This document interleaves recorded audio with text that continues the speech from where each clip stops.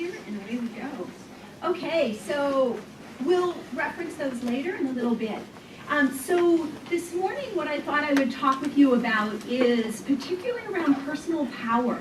When we think about leadership, and the work that I've been doing over the years, for about 16 years, has been as a leader in various capacities. I started my career in technology. I was in a place where I was put into a leadership role very early, grew a team from 3 to 10 to 100 to 300 in a very quick and short, very quickly in a very short amount of time. And what I realized out of that is that I didn't know anything about leadership. And worse, I felt like I was failing my people as well as myself. And I would, I think for people, many of us here, and I'll ask in a moment, if we're leaders and we have a team, there are things that break our heart that we can't change or fix. And they're usually about people and about our leadership. Yeah, and I see people shaking their heads, and we wake up in the middle of the night going, I wish I said that, I did that, I wish I could change that. It kind of gets here, right? And that's good, actually, because that can help us really go, who do I want to be as a leader? How do I want to use my personal power? And what I've seen over the years, so fast forward, I ended up getting into this work partially because I was in an organization that had many mergers, acquisitions, takeovers, a lot of large-scale change, a lot going on, and I was asked to lead that time and time again. And at the end of that particular time, I was actually I had to make my entire team redundant, and I was then exited because we were bought by another company, which is not uncommon, right, in the Valley. But to be able to think about what that takes as a leader, to first have integrity around creating that change and the humanity and the dignity in it, and then to also be able to, support and transition and help other people create what's next for them, took everything I had, frankly. And the interesting thing that happened at the end of that was the company said, we saw what you did. And I was like, oh shit. They said, we saw what you did, and we'd like you to come back and help our other leaders because the change is not going to stop. This was at Symantec. So this was many years ago. The change is not going to stop. And they actually asked me to come back. And I had two responses. First was, hell no, right? Like that's like, the salt in the wound, right? You've exited, I've had to exit my people, which was, extremely difficult and challenging, and create new things and help them during that time. And then also, I was exited. And out of that, I said, hell no. And then there was a part of me saying, hell yes. This is an opportunity to support other leaders, other people that have to create change, transformation, other people that want to do it in a different way. And that was women as well as men, right? So in the work that I do, I work with both men as well as women. I have been doing quite a bit of work these days, particularly with women leaders. And what I learned from that experience is that we get to actually say, and that's true of women as well as men. And I decided that day that I had something to say that was different about how change was happening and how we could be as leaders and how we could be as women. And there was every reason for people not to trust, believe, see me as expert. And it still happens occasionally. I run the company here. I have a small team here in North America, and I also have a team in Australasia. And I show up sometimes and they go, who are you? Are you like going to lead the board, or you're going to lead the executive team, or you're in charge, of helping us with this merger, this acquisition? Who are you? Who let you in? And I take it as a delicious challenge, right? Because I know who I am, and each of you know who you are, right? You're here. There's no surprise. There's no mistake. You're here, right? You all feel that calling, that passion, that commitment, even if you don't know what it's shaped like yet, right? But you've got it. So part of what I want to do, and so then fast forward, have been doing this work for about 16 years, have worked with some amazing companies, amazing leaders globally, have been challenged, have bought and sold companies myself, have also worked with many VCs in that space of getting their leadership teams ready to be able to really support the growth and the development of the company. Because at the end of the day, many of you know, and I'll ask in a moment, how many people are running their own companies as founders? Great, okay. And how many people would love to be doing that? That's the rest of the room, right? Mostly, yeah. And so what we know, as many of you know, particularly here in the Valley, is that when companies are funded, they're not just funding the technology, right? They're funding the leadership. And so the best thing that each of us can do in whatever stage that we're in is cultivate that leadership. And leadership, for me, very simple definition, because people ask me all the time. For me, it's having a vision, having a clear strategy of how we're going to get there, a roadmap, right, of what it looks like, being able to gather and mobilize people to make it happen, and then being able to measure, evaluate, and celebrate, right? Now, that's not like a fancy technical definition. However, I think it's a pretty good one. And one of the things I'm finding just over the last several years is that we're not talking about power. It's this, what about power, right? And it's this kind of a bit uncomfortable, a bit like, hey, I've made it, I'm already powerful, or hey, I haven't made it and I'm not, or, it's, yeah, or I hide my power, who do you think you are? Sassy girl, sassy woman, it's like, what about that, right? So part of what I want to do today, and we're going to do this as a lab, right? Because part of it is us tapping into that. Because I can tell you, I can give you examples, and I have plenty. I'm finishing a book that will be out later this year. And what I see, though, it's when we, in the moment, tap into our truth. Okay? Yeah, I heard a clap. Woohoo! Okay, so what I'd like to do then is to get started, a couple things. Why bother, right? Why talk about it? Because it kind of makes people a little, And to me, what I find is it matters in everything, right? It matters how we perceive ourselves, our personal power, what we do with our personal power, right? And it fuels our dreams, right? When we think about leadership and we think about what we want to accomplish in the world, it's like that fuel in the engine. Now, passion is as well, right? Financing is as well. It's not the only thing, but power, our personal power, actually fuels quite a bit. And if it's not explored, and this is my fear, and I see this around the globe, is that if it's not explored, we start doubting ourselves. We play small, we hold back, right? We tell ourselves bullshit and lies, right? I've been working with men the last week. Can't blame them, though. I have a potty mouth anyways. Right? Yeah, so it's like, yeah, say it.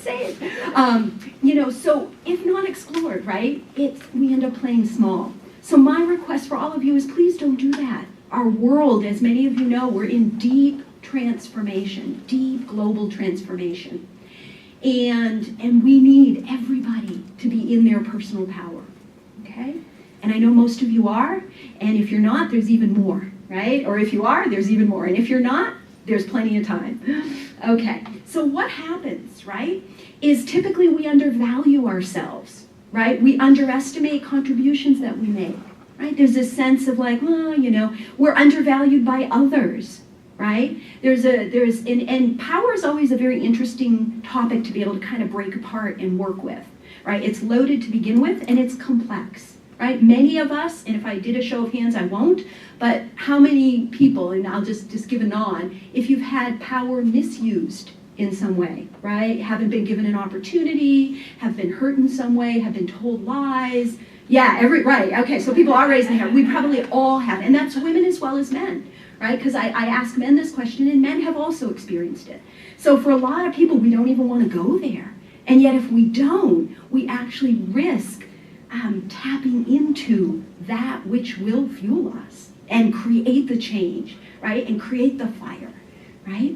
So we question our self-worth. We diminish our confidence, right? And for me, it's the hardest thing. And the interesting thing is often it's women with other women. It's not necessarily women with men. And it's not men with men, right? So we have to look out, right? And for the men in the room, thank you for being here and really taking some of this back to the women in your life. And for the women in the room, thank you for being here, right? And stepping in. We also under-earn. So people say, oh, this doesn't have, an implication. Absolutely does, right? And you all know the statistics. We under-earn, we're often underfunded, right? We're bootstrapping where we don't need to be, right? My first training is as an economist, so I love money, and I love having things very well funded. Nothing wrong with that, right? Passion and lots of money, fabulous, right? right? Not a problem. How we use it, that's a different, right? But just like power. But not a problem. And then my later training was as a sociologist and then most recently as a neuroscientist. And so, because I was trying to figure out what the hell people are doing. So the neuroscience kind of came in later. And so what I find, when we're not tapping into that, right? We're under-earning, we're making less money, we're creating, at the end of the day, we're creating a situation where we're not making the biggest difference. So what I'd like to do is I'd like us to just play a bit and kind of entertain what could be different. What is our own relationship to our power? And some people say to me, well, this isn't an issue for me, or it is an issue for other people. Over the years, we've worked with some awesome companies, and we've worked with many startups as well that don't show on this particular slide. But what we find is it's a challenge across the board, right? And I work with a lot of C-level, a lot of founders. It's a challenge right across the board, right? So we have an opportunity to change the conversation and change our perspective of power, right? And to even talk about it. So part of what we want to do, and this is our model that we work with, and I just wanted to give the bigger context, is we have a look at leadership presence, right? So what is our presence as leaders? We look at how do we embody trust and credibility, right? And power plays in every single space here. How do we skillfully lead change, right? Transformation and also innovation. How do we cultivate leadership resilience, bounce back, right? When those big boulders and obstacles and the cuckapoo comes in our way, right? How do we do that? And then the last piece is how do we generate vitality so that we can keep going, right? And then how does that feed back into our presence, right? And how does that then fuel, right, our personal power throughout? So one of the things that's a common definition, and I'll be curious and I'd love to hear from people, is generally a common definition of power is power over, right? And when we think about power dynamics, and some people maybe haven't even thought about power, we don't talk about it very much, right? And I have the privilege and the honor to talk about it with people a lot, because I find that when we get this stuff right, the rest of this stuff moves. If this stuff over here, if we're not in right relationship is what I would call it, and being skillful with our power and fueling that power in a good way, not in an addictive, hard, painful, suffering way, but in a very clear, good way for ourselves, things move. When not, it can be challenging. Now this is typically, and it could be two women, it may not be, right? This photo just happens to be a man and a woman, right? But it could be two women, it could be an adult and a child, right? It could be a human and an animal, right? Like it's at every level, so I want to expand out. But power over, right? That's the definition we have. And with that definition, and I talk with a lot of people about this, and for the book I'm interviewing quite a few people, and people don't always articulate it that way, but that's often what we're working with. And unfortunately, with this, look at the power dynamics we have at our disposal. Not really that exciting. Right? Either you have the power and I don't, right? You have the money, I don't. I have an idea and I hope you're going to give me some money for it. Or you're the customer and you've got the power and the check or the, and I don't, and I'm kind of hoping. Or the other way, I've got the power, right? And you don't, right? And then the third thing is no one has power. We're all disempowered and we're all in the shit together. That's worse. None of them are actually so good. I think somebody's like, I like number 2. I'll take number 2, please, right? Like when we're in the restaurant, give me a number 2. So, the idea of those are the options, unfortunately, with this paradigm that we have. So what are we doing? We have an opportunity to actually change it. And a lot of people say to me, but it's outside of me, it's society, it's culture. Who makes up culture?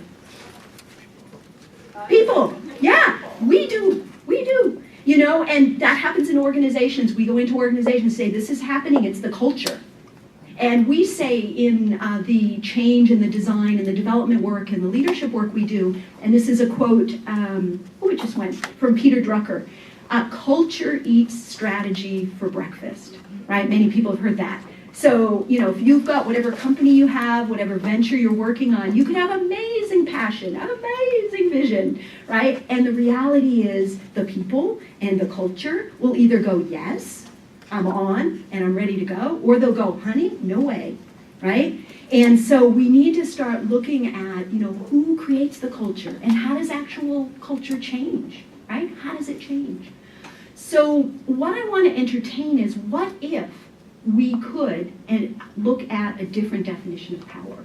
And what I want to do is pause here even for a moment, because it's interesting, even the power dynamic, right? I'm up here, you guys are up there. Even the way it's set up sometimes, this is how we do conferences. There's nothing wrong with it in some ways, and there's everything wrong with it, right? And there's no disrespect to Sana, to anybody here. It's like, wow, and you've seen the emergence of unconference, right? People have seen unconferences, And so what I'd love to hear from people, right, is just take a moment at your tables, just 1 minute, and we'll keep dipping back in, so how do you define power? I could be completely wrong, right? I could be completely rockers, off somewhere, right? Maybe this isn't even the perception of power. This is what I hear from people, but I'm really open to being completely wrong.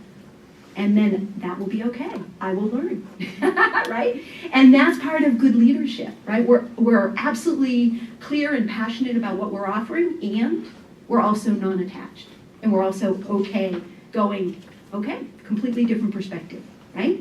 So I'm going to be weaving in different leadership pieces as we go along, and hopefully modeling them and shaking you up just a little bit. Okay, so 1 minute, your tables, what's your definition of power? And it doesn't have to be this, it could be completely different, or it could be this, or it could be something we haven't even discussed. Yeah. What we like to see in the world, yeah. And somebody once said to me, again, sorry about the swearing, but get shit done. Like that's power, right? To get shit done, right? It could be that simple. So it doesn't have to be a big philosophical, profound, that's actually quite, quite powerful of a definition. Okay, so just 1 minute. How do you guys define power?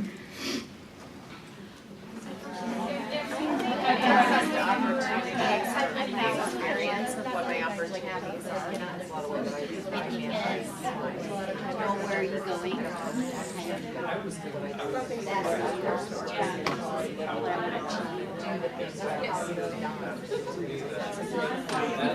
For me, it is the ability to bring about change by educating and convincing through logic. So you're not forcing somebody, but you're convincing. I know you're just getting going.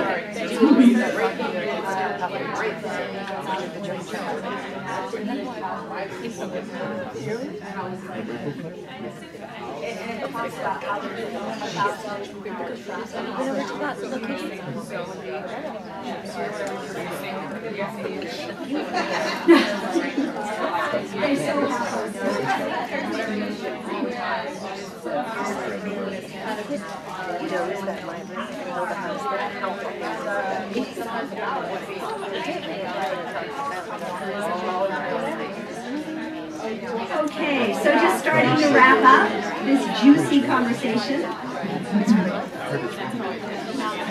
Okay, so I would love to just hear from people, and I appreciate these are big conversations and we're just dipping in, but continue at lunch and in the evening, whenever you want to continue. Okay, during cocktail hour, yes, all right.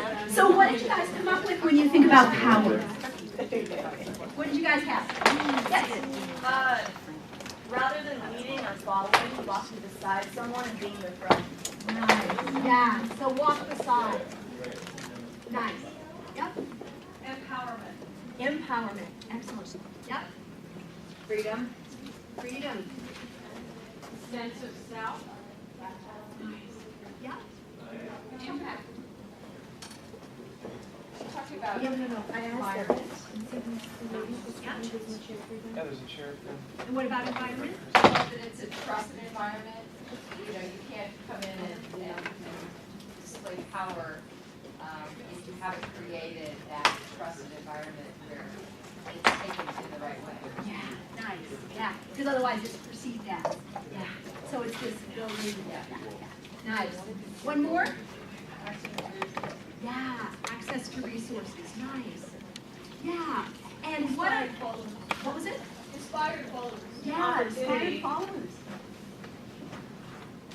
Excellent. Good. So part of what I hear from people is that secretly we kind of have this definition, but really in our hearts we want to have this definition, right? And there are many women in the room and men in the room that are already creating that definition, right? So I know there are already many of us working in that way, right? Starting to go, what does power with even look like? And somebody mentioned over here, there's a great body of work called looking at power versus force, right? And force is very much that power over, whereas really power in the purest sense is simply power, right? And it's kind of, one would say also with money, right? Money can be used very skillfully. It can also be misused. Power can be used very skillfully, misused, right? Love can be offered very beautifully and skillfully, can be misused, right? So there's no, this isn't a value judgment, I'm not trying to shake up that side of things, but I'm trying to shake up, like, what about power, right? So part of what we want to look at then is, so if we were to entertain power in this different way, now many of you already embody and live this, and there's also opportunity for more. So when we look at and talk about power with, there are many, but these are the four I thought I would share today. There are four specific areas, and somebody mentioned it earlier, it's collaborative, right? We're in collaboration. And we do a lot of work looking at collaborative innovation. And what we find, as many people know with collaboration, it's really hard, right? Everybody's like, collaboration, good. Innovation, good. Try to do it, hard, right? I see people shaking, yeah, and trying to like make it all happen. And what we find with collaborative innovation is, given the structures, the tools, the questions, the mindset, and an invitation, people show up. But in absence of that, it's kind of hard. And it's a bit, we kind of do it, we tick the box. Okay, yeah, I've had this stakeholder. Yeah, I've met with this person. Okay, we collaborated. But we all know, when we have collaboration and we're completely, like, we've gone 6 steps beyond what we even thought was possible, right? How many people have had that kind of collaboration? That's yummy. Yeah, a few people, not that many, right? Where you go, wow, this has brought us beyond where we could have ever even imagined. Right? And that's whether it's with customers, colleagues, friends, partners, family, right? It's collaborative. The next piece is it's collective, meaning we're not just looking at our company, our own leadership, our own, Silicon Valley. We're actually taking a much more global and collective approach. And we understand power in a much broader way. So how does this affect somebody over here? How does this affect, this conversation? We start looking at it in a much more collective way. And we understand the game is much, much bigger than us. And I say game in a positive way, right? That it's much, much bigger than us. The next piece is we look at we, right? And it's easy with power dynamics to go us and them, right? You. Right? I have a client, and she's amazing, and she has this phrase where she says, you people. And I say, okay, and we work with it, right? And it's completely innocent, and some of you and I, some of us may say it here, and what does that language do, right? A few people cringed, right? It's like, oh, there's like this separation. Yeah, and with technology more than anything, yeah, what was it? Yeah. Yeah. So, so there's that, what does it actually produce? What does it produce? Our language, that's a whole other conversation, but our language, and even how we language and work with power. And so often we do this, us and them, and we set up these power dynamics even before we get into the conversation, right? And that could be around, they've got the power, I don't. They're this particular culture, I'm not. They're this particular gender, I'm not. They have this experience, I don't, or I do. We set this up, and I think that's actually dangerous. And danger I use in a very particular way is it ends up dividing. Now, there are ways, of course, that we have different agendas, we have different commitments, we have different passions, don't get me wrong. But starting to look at the we, and we'll do an exercise in a few minutes about that, super important. And then the last is workability. And this is a concept, I am a mindfulness practitioner for about 20 years, and this comes from my mindfulness practice. And really, when I think about conscious leadership, right, and what we really need in the world these days, right, as we think about, starting and growing companies, is we look at workability. And the idea of workability is it's easy to go, they didn't get my agenda, the heck with them, or they don't get this, or they don't understand it, and I always invite people, and this is in large organizations, this is also in startups, any types of environments, where's the workability, right? And can we have a different conversation about workability? And often, we don't often go there. So it's beginning to start thinking about when we say work, and what I mean when I say workability is like, how do we make it work and find the solution rather than not, right? And that could be simply in a meeting. Like I was in a meeting the other day and somebody came in and said, it's really cold in here. It was very simple. It was really cold in here. And nobody responded. And so I said to him, so, you mentioned it's really cold. Is there something that we can do to adjust it? Or is there, I have a scarf. And I just really honored and respected that person. And they turned, and it was like, I didn't say anything that profound, but they just turned and they said, thank you. I didn't think anybody heard me. And I said, it's important for me that we make this workable for you, that you're comfortable here. Now, I'm not trying to over take care of people, but at the same time, somebody has a concern. Now take that out to, you're building your team, right? You're working with your board, you're working with your leadership team, and people have concerns, people have issues, people have challenges, right? What do we do as a leader? Do we move towards them or do we move away, right? And that's another whole piece when we work with power. And depending on our perception of power, we're either going to go, okay, how do I make this workable? This person's driving me crazy. I don't agree with them. Right? I don't even like them. And the reality is, how do I make this workable? Right? And so we start playing with that. So these are 4 just to start looking at. And what I'd like to do then is start thinking about good news. Right? People are kind of like, whoa, you're all looking very serious now. You're like, okay. Is we are the source of that. Now, that's a big statement, right? Most people are like, no, we're not. This is the tech industry, girl, don't you know, right? And my areas are tech, financial services, and then I work with governments as well. And so, believe me, I see lots of challenging, interesting situations. And just as a side note, I have actually been living in New Zealand the past 10 years and have come back. And one of the pieces of work that I was doing while I was over there was working, I'm a resident over there, we had 3 big earthquakes in the South Island in Christchurch about 3.5 years ago. And so I had the opportunity, the honor to work with the government, the leaders in the government after that rebuild to really navigate that and talk about chaos, change, ego, fear, power, money, and suffering, immense suffering, right?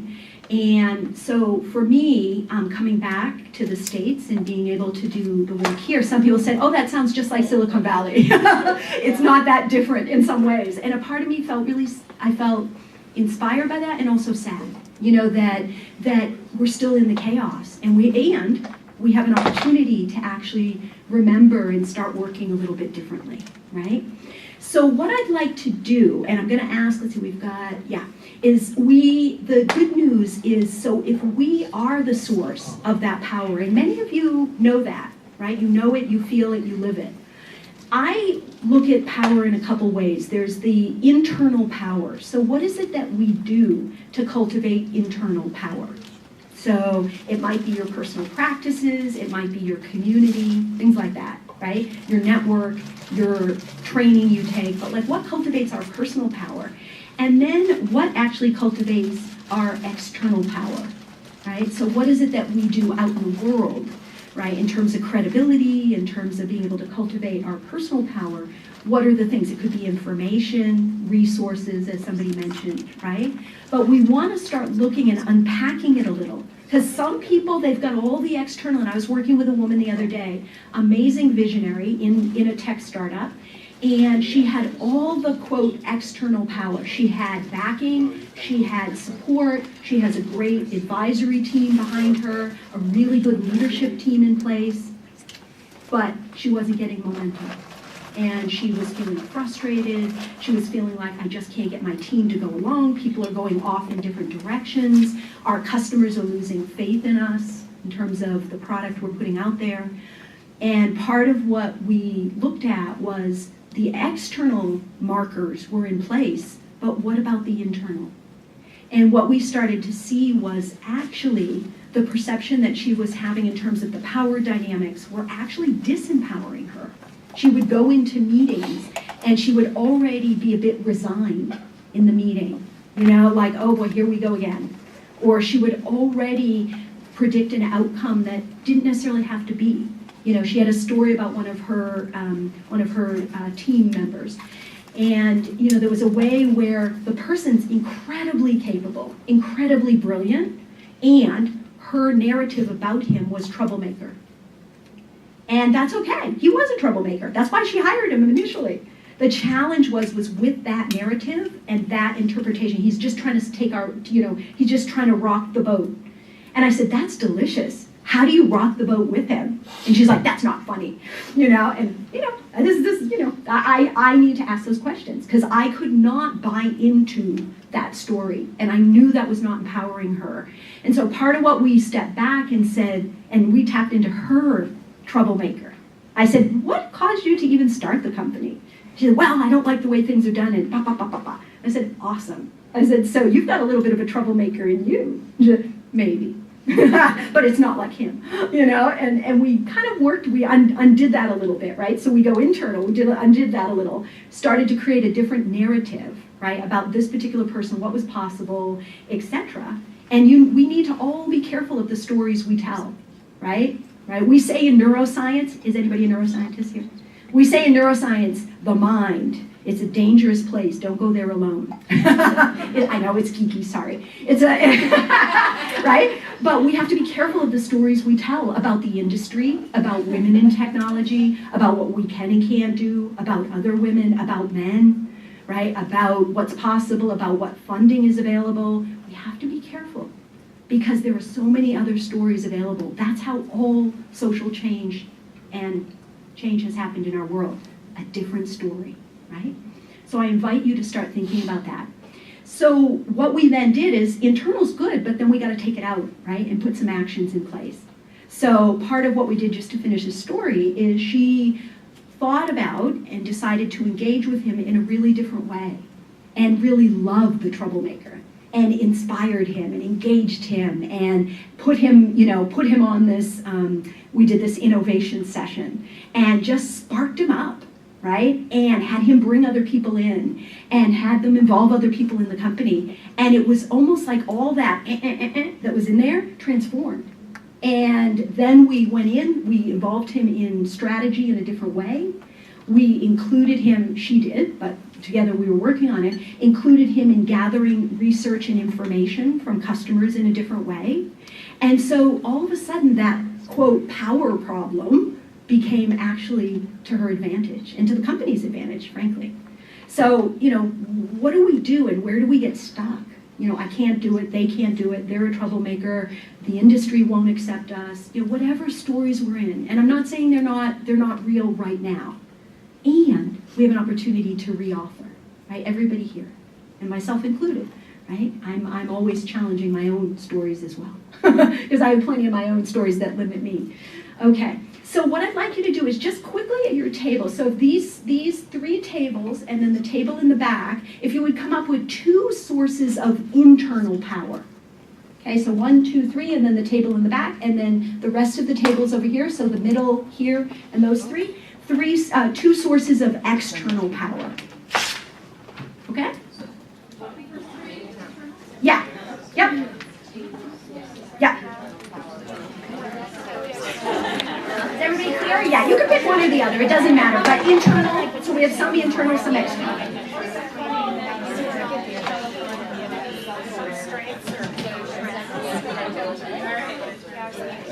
You were external. Yeah. Sorry, I didn't say yes. You're external. Meditation. I'm sorry.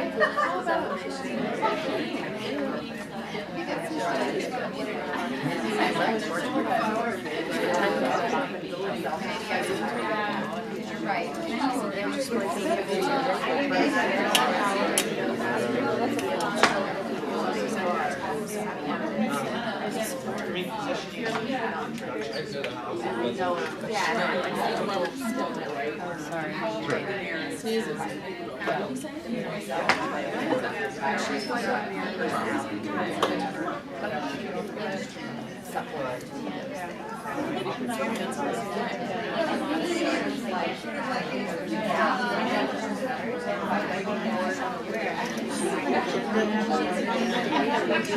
Those, can you those?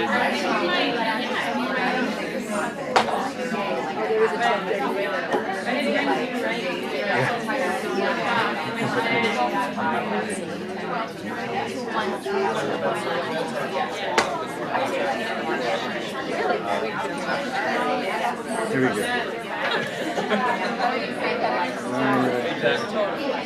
Oh.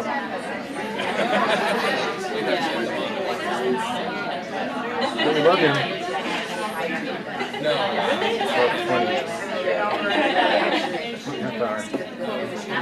Well, two more than half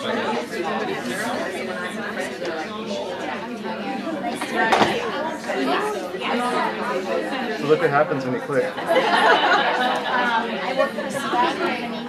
I'm an accountant Nothing.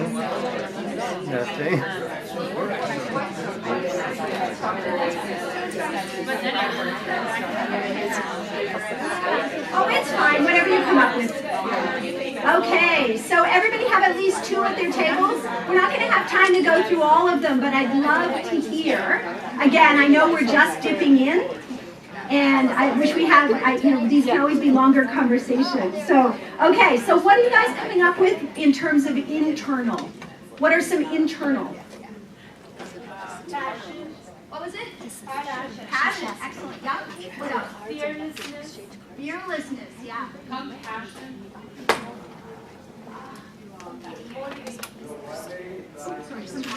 Nice. Yeah. And what are the concrete things that you do to cultivate your power? Give me like specifics, like I sleep 8 hours a night, I meditate, I dance, I hang out with my girlfriend, my partner. Like, what do you actually do? What do you do? Yeah, yeah. Like, let's actually get this, you know? Yeah, so, what else? Come on, I mean, these are good, don't get me wrong, I love those. Okay, what else? Vision boarding. Vision board. Like, let's get really practical, yeah. Cycling. I give myself permission to not be powerful. Yeah, give yourself permission to not have to be powerful, somebody said. Yeah, give yourself a break. Nice. Yeah. Because sometimes we're always in that place of advocating and having to be powerful and and sometimes we have to step away. Like after I did the earthquake work, for 3 years I worked in the red zone, and we had earthquakes, and then we had 60,000 aftershocks. And they're big, like you fall out of your bed, like that big. They're not just like the little tremors. And if people have been in earthquakes, you know how that is. It's pretty intense. And after 3 years of that, I said, I'm kind of done. And they said, they took the resilience model, the leadership resilience model, and wanted to roll it out through the whole country, and which was an incredible honor. And my mentors, I had a huge amount of support in doing that. And I said, I need a break. And I took a year off. I actually took a year off because I was exhausted. And I just said, and I put some other things in place, and I had the work continue. And they said to me, you're going to walk away from this? And I said, I've got people coming in, and I know I need to do this for myself right now. And part of my story, similar that was shared earlier, is I had a terminal illness. I had cancer actually last month was 22 years. And I had 3 months to live. So, and I'm sure I'm not alone. I know I have another sister here that has had that journey, and I'm sure there are others. So, when we talk about power, this is not just textbook, right? This is us fueling ourselves to live. Because I know for myself at the time, I had a choice. And people go, you don't have a choice, you have 3 months. I said, no, actually, I've got something to do this lifetime, And I do have a choice, and I refuse your diagnosis, and I refuse your power as a doctor. Thank you, I'll take care of myself. And that's exactly what I did. Right? So when I say this stuff, it's not just, oh yeah, nice. It works. And there's been other situations in my life where I've had to kind of be nudged into stepping into my power and into my truth. And all of you have those stories. They may look different than that, but it's remembering our stories and our truth, right? You all have them in your life, right? So, okay. So internal. So how about external? What are some of the things for external power? Money. Money, yeah. And that's really okay to be on there, right? Yeah. Relationships, excellent, yeah. Communication. Community, what was the other one? Beauty. Beauty, yeah. Social proof. Yeah, social proof, nice. Accomplishments. Freedom. Freedom, brand value. Needs. Wait, I can write that down. Unmet needs. Unmet needs, yes. There was something else, somebody else said, accomplishments, your network, your relationships, Case yep. studies. Case studies, nice, yep. Yeah, like what is it that and I would invite all of you to have this conversation with yourself and potentially with your team. How do we fuel ourselves as a team? And then how do we, what are we doing out in the market to be able, and also out in the world, right? And you see a vast selection there, okay? So I'm aware of time. I have a few more things to do, and then I'm going to wrap up. So what I would invite you then to think about is when you need to prepare for power with, there are 4 areas for you to consider. There are many, but these are 4 to consider. One is, what is the environment? If I want to actually even entertain working in this new way, right, that's collaborative, collective, we're looking at the we, right, we're looking at workability, what's actually needed? So we want to look at the environment with which we're operating in, so environmental scan, competitive analysis, strategic intention, sort of all the business pieces that go with that. Also our organizational environment. And it might be your 2 people in your company. That's okay. That's an environment. What are we working in? And if we're negotiating or working with someone else, what's their environment, right? What's cooking for them? We need to look at goals, not only our own, but the other person's goals. I can't tell you how many times I was working with someone the other day and I said to him, well, what are the concerns and the goals of your key stakeholders? And he paused, and he's a very senior level person. He paused, he said, I just need to get my stuff, signed off. And I said, I get that. And when we're negotiating and working with power, how do we, widen our view? How do we begin to actually look at the concerns, the questions, the goals, right, of the other, whoever, we're working with, and begin to expand that? Because that will allow us to work in a power with way, a more collaborative way. And many of you might do that, but 9 times out of 10 when I ask people, they haven't done enough of that. Whether it's the customer, the market, their colleagues, etc. Okay? And then the other piece we want to look at is how do we embody our power, right? How do we do that? So if everybody can stand up, because I know we say in facilitation, the brain can take in what the butt can endure, right? And everybody's starting to become one with the chair, right? So it's always good to get up. Okay, so I want you just for yourself, and you can, if you feel comfortable, close your eyes, otherwise just look down. And I want you to, and this is just a conversation with yourself, which can always be juicy, is 3 things. First, I'd like you to just place your hand somewhere on your head. Yep, somewhere, it could be the top of your head, your forehead, is I'd like you to think about, if I think about my head, and I think about my thoughts, my brain, my ideas, what's going to be most important about power to remember? So it could be something I've said, it's your own experience, like your own thinking about power, but part of what we want to think about is how do we embody power from our thoughts and our head, because that's okay, right? We need that. Okay, so what do I want to remember about power? Okay, and then the second piece, we're going to move to the heart. So placing the hands on the heart for a moment, and we're going to say here, and somebody mentioned earlier about feeling, right? What is it that we want to feel about power? So I want to feel empowered, I want to feel inspired, I want to use my power in the best possible way. Okay, so we've got the head, we've got the heart. And then the third is the center, so the belly. And we say center in the work. I do somatic work with people because we find when we work with the body, things go a lot faster, right? We're not trying to battle with our mind. We work with the body as well. So putting the hands on the belly, and some people it feels funny because we don't often do it, but the belly is awesome, and our center. So what is it in the core of my being that I want to remember about embodying power? It might be, I already have it. It's not a bad thing. It's beautiful. Whatever it is. And so from here, what I'd like you to invite you to think about is, given what you're up to in the world, how are you going to bring your own personal power forward? So it could be, I'm going to talk with someone tomorrow, like literally in the next 24 hours. How are you going to bring your own personal power forward? I'm going to read my notes. I'm going to talk with a friend. I'm going to reconsider, what I'm doing as a leader. I'm going to pick up litter outside on the street because I like things to be beautiful. I'm going to bring somebody flowers. Right? Those are all expressions of personal power, no good or bad. So just take a moment for yourself. What am I going to do after this conference? And then magnify that by 10. So if it's one person, I'm going to talk to 10. If it's one flower, I'm going to bring 10 dozen flowers. If it's, I'm going to connect with a friend, I'm going to spend 3 hours with them and not text at all.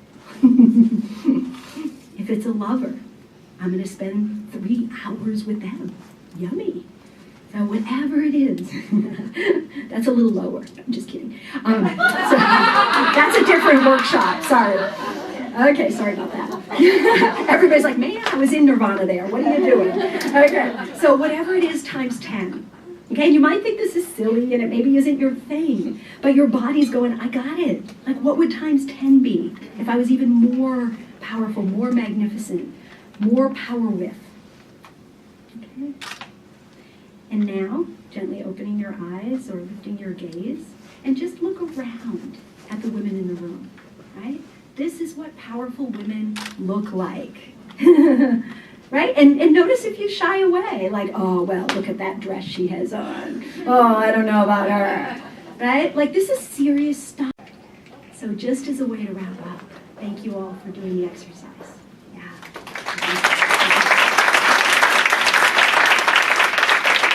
And so just as a way to wrap up, 2 things. When we live from this place, everything is different. Our approach is different, the questions we ask are different, the conversations are different.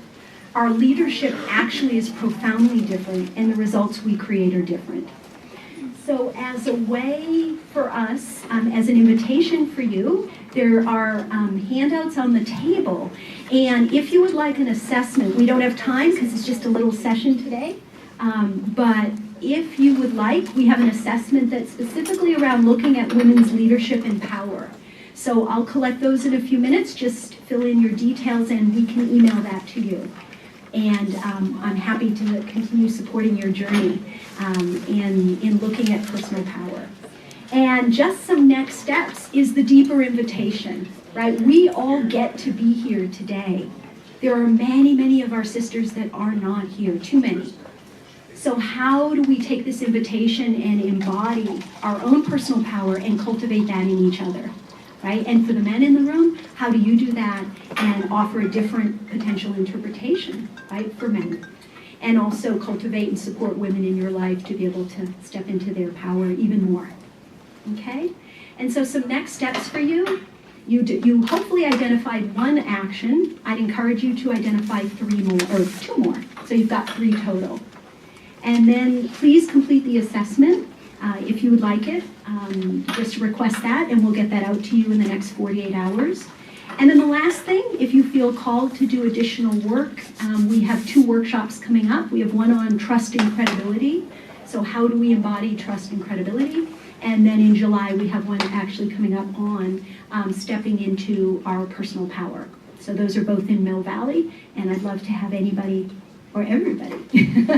Okay, so thank you very much for your time, and I don't know if I have time for questions. Do you have any questions? Since it was a more interactive session, we have time for one question. And my details are up there if you want to be in touch or you have questions. I'm happy to answer those. Okay. There's no questions on power? Come on, all these powerful women in the room. Either I did a really good job or a really bad job. Yes, one over here? There's one over there. Yes, please. What if you're not interested in power? Yeah. Well, question. So then you don't need to be interested in power. The reality, though, is that power dynamics exist. So how do we be mindful of that? You know? And it's not about like we're taking power, right? Like it's actually in us already, every human being. So to me, it's not a misuse of power, and it's not something we have to acquire, right? It's actually, if it comes from here and we're cultivating it, it's a whole different journey. So you may not be interested in it. You don't need to be. You know, that's not a requirement. Just an inquiry of like, what's my story about power? You know, and a lot of people, and myself included, have had power misused. And so we go the other direction and we say, you know, and that may not be the case for you. For me, it had been for years. And so it's just an inquiry. You know, just inquiry. It may not be the right one for you. So I honor that, absolutely. One of the other ways to think about it is, maybe you don't want to have power, but do you want to have influence on anyone and anything to accomplish anything? And if yes, then maybe the word power probably just has all these other meanings attached to it because of the way you've seen it used. Because most of us, in order to achieve what we want, you have to influence someone because no woman or no man is an island. You actually do need to influence a lot of other people and things. How can one influence others through anonymity? For what? Anonymity, without one person knowing where that influence is coming from. That's an interesting, longer question. Unfortunately, we have to move on to the Yeah. next speaker. But perhaps, Athena, you guys can take it over line.